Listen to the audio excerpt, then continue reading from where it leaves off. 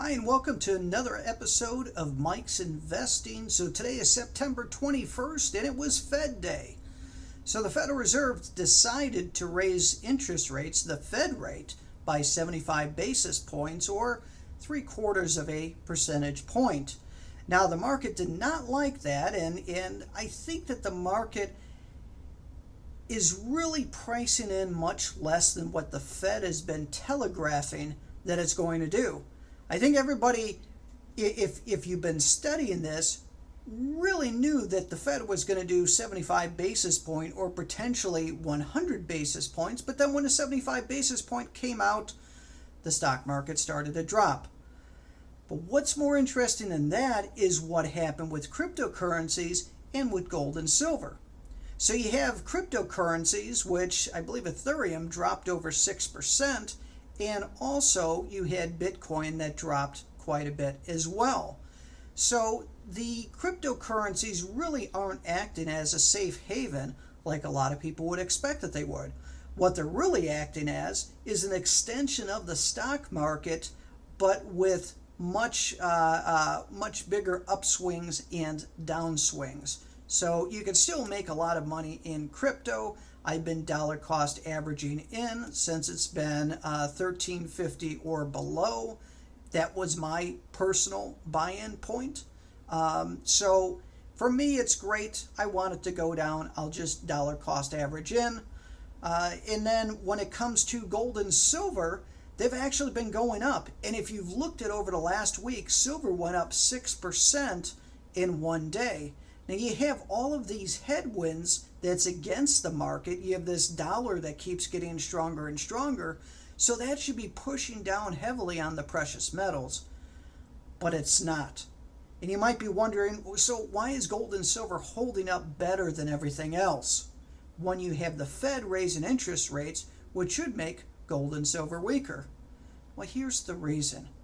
Central banks and countries over the last 5 years, and this has been accelerating dramatically since COVID, they're starting to hoard physical gold and silver.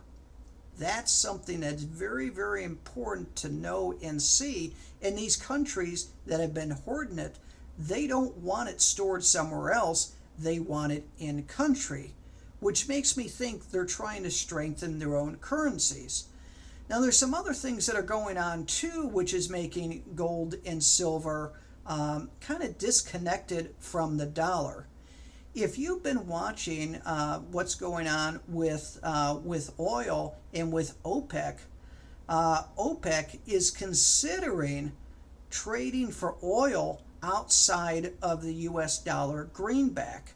So you have the yuan petrodollar, in which China is trying to use that as a potential currency to then purchase oil directly and not having to use US dollars.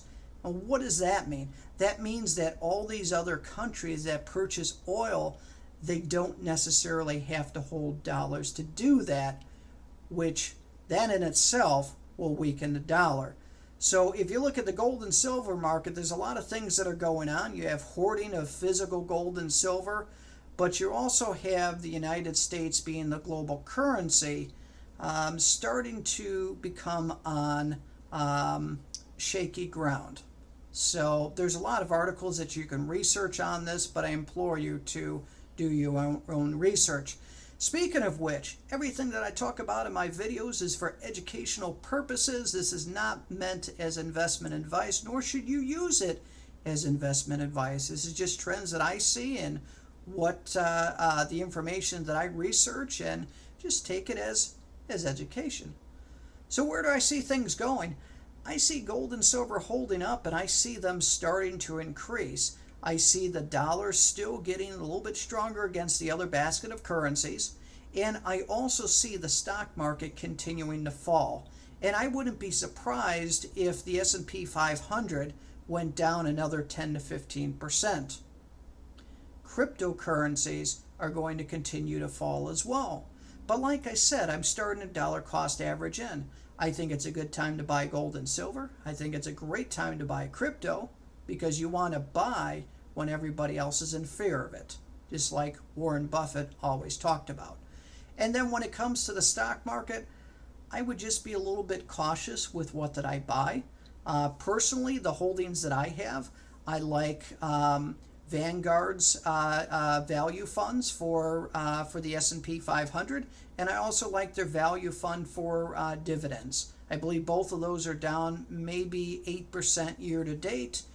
Whereas if you look at the S&P, that's down over 20% year to date. So if you're looking for a safe place, value stocks and value dividends, ETFs, there really are a great way to go. So that's just my 2 cents. That's the trends that I'm seeing. So please like, subscribe, leave a comment, and thank you for watching Mike's Investing.